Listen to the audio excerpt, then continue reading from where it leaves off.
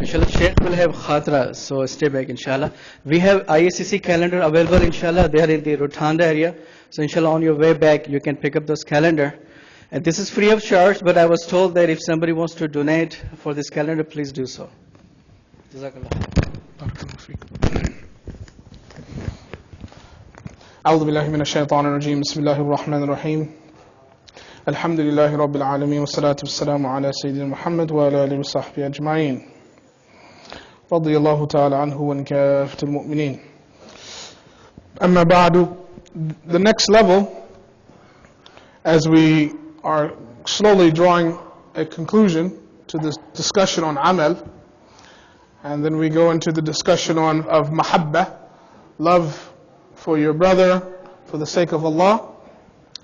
The last thing we talk about in amal is the fiqh aspects of amal, but it's some things that some people are familiar with, other people are not so familiar with. But what we want to emphasize today, inshallah, and next week, inshallah ta'ala, what is very important, is the kaba'ir of the amal. It's one thing to talk about what is fard and what is sunnah, etc., and those things are duties, and we have to know those things. But we also must know the major mistakes, the kaba'ir, the major sins for our amal as well, so that we can avoid them. The ulama have divided up dhunub or sins into two categories. Kaba'ir and sagha'ir, major sins, big sins, and minor sins. Now this classification in reality is very, what we would call today, academic. Meaning it's just a simple classification to explain something, but it doesn't necessarily, there's a bigger meaning behind it.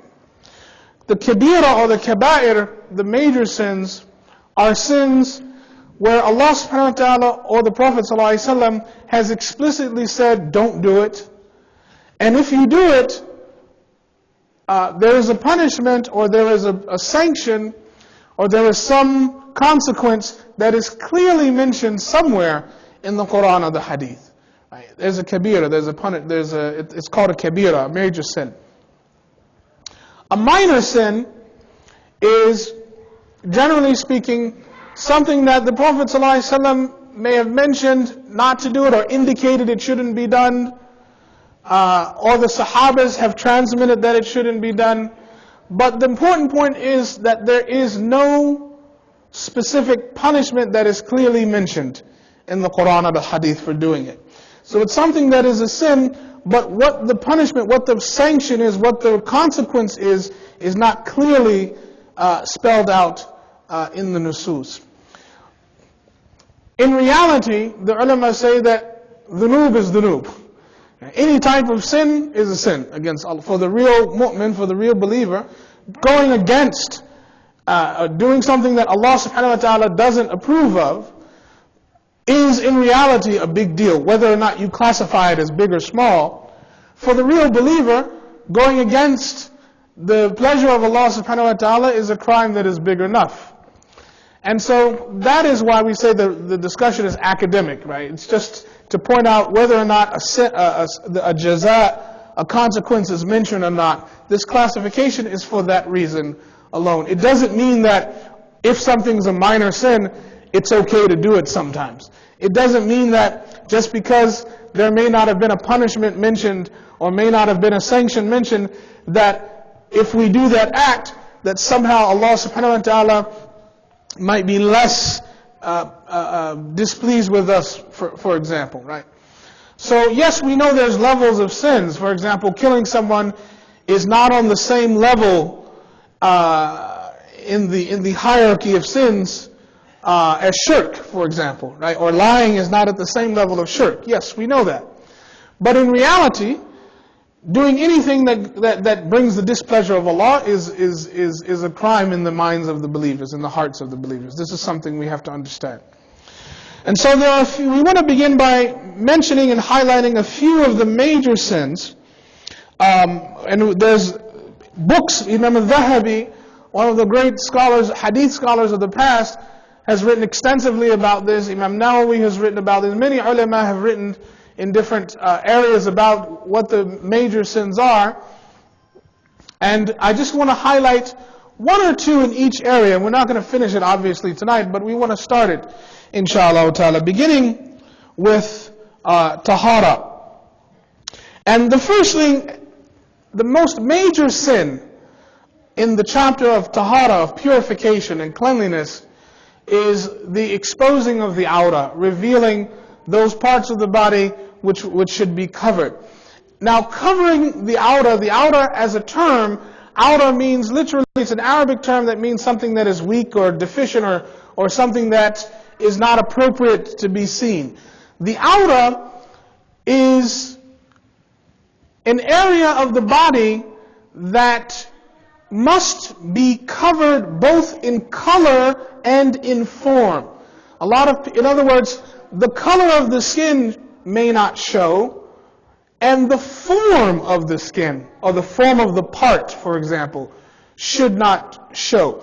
Now, what's very interesting about the awrah is it's haram, it is prohibited to expose the awrah, to show the awrah, right? And it's also haram for someone else to look at the awrah, and it's also haram or prohibited for the person who, if their awrah is somehow exposed, and they know someone else is looking at their awrah, it's haram for that person to continually leave it exposed.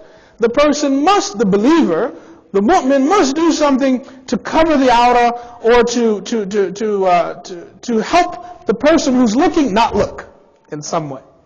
Right?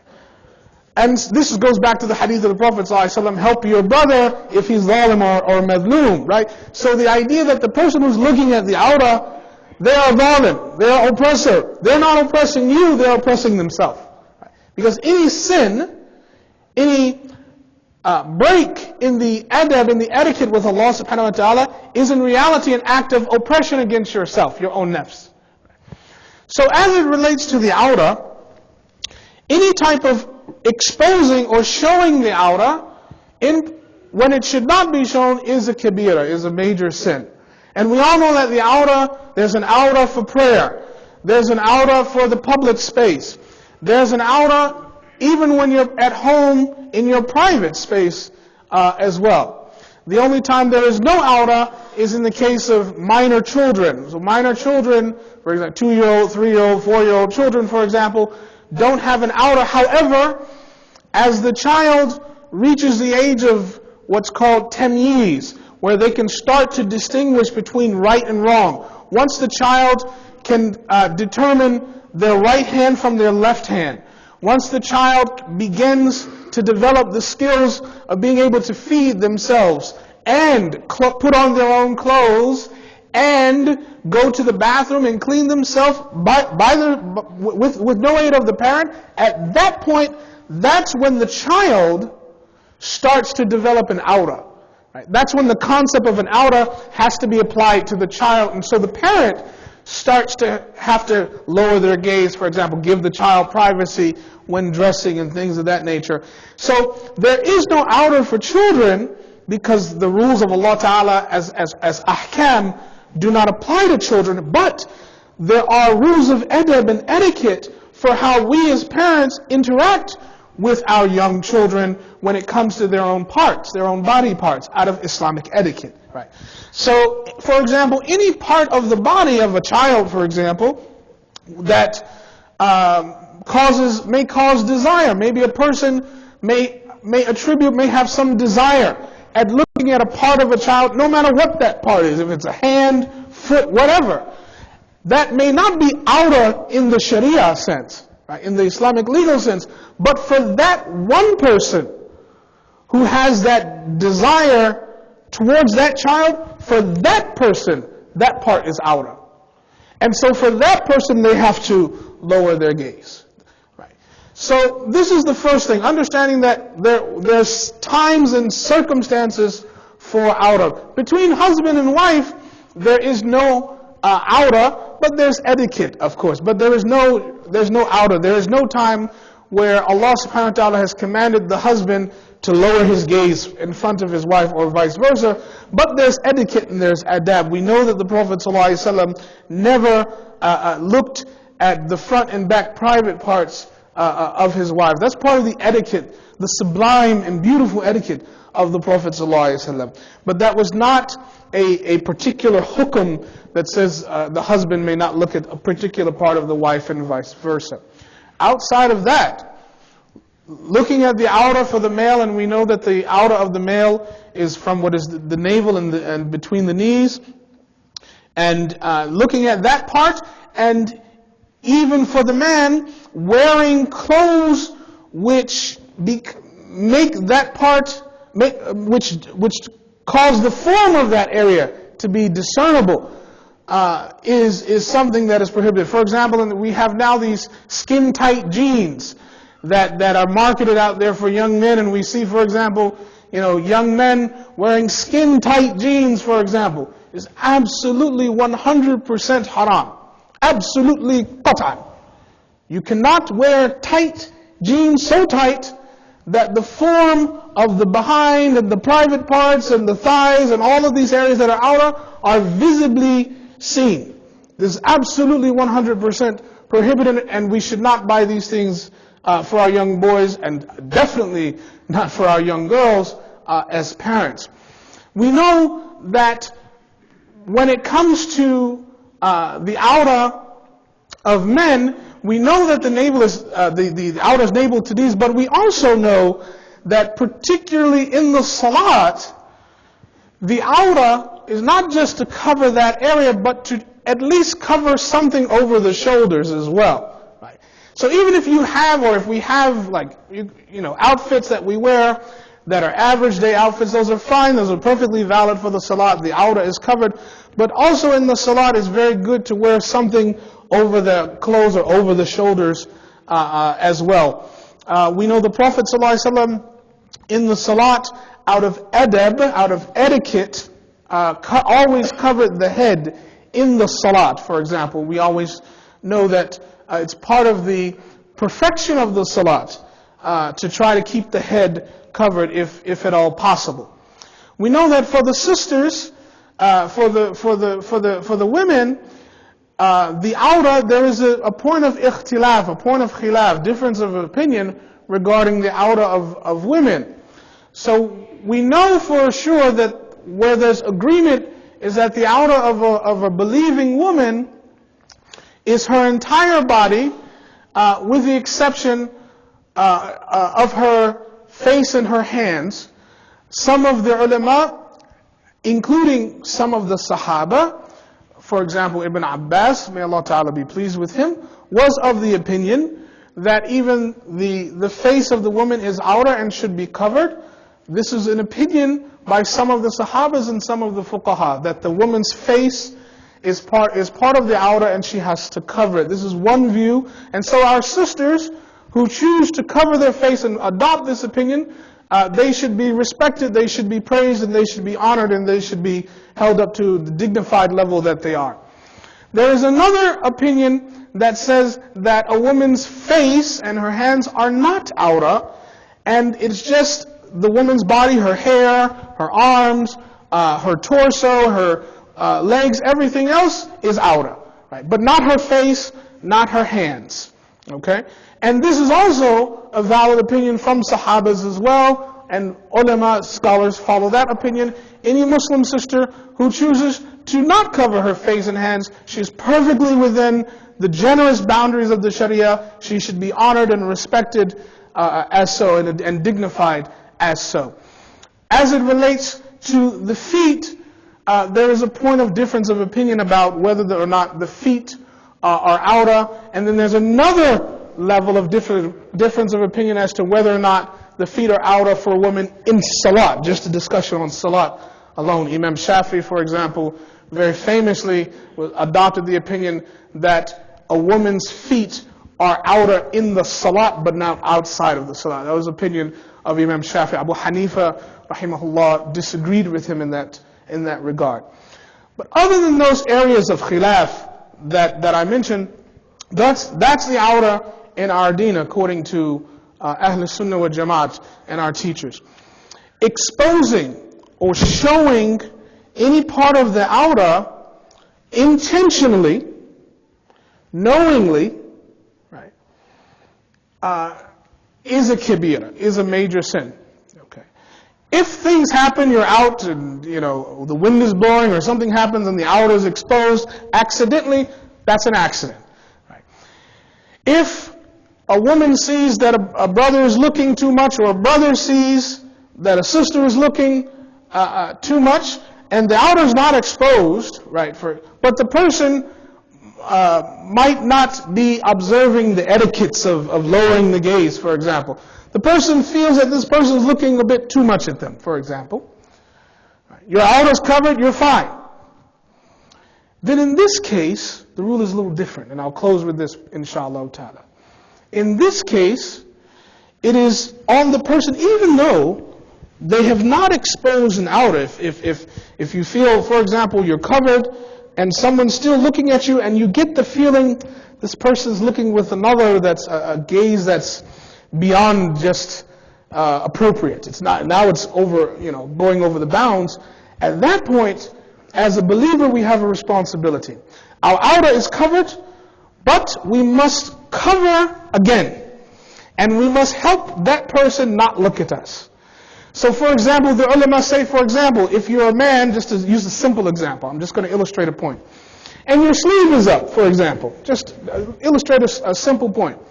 And the person, the sister, she's looking at your arm. Maybe your sleeve is all the way up and you're showing your muscles. Alhamdulillah, Allah Ta'ala has blessed you, and etc. And sister, mashallah, she's focused on this, and you see it. So the arm is not awrah, but you still have a responsibility to cover it.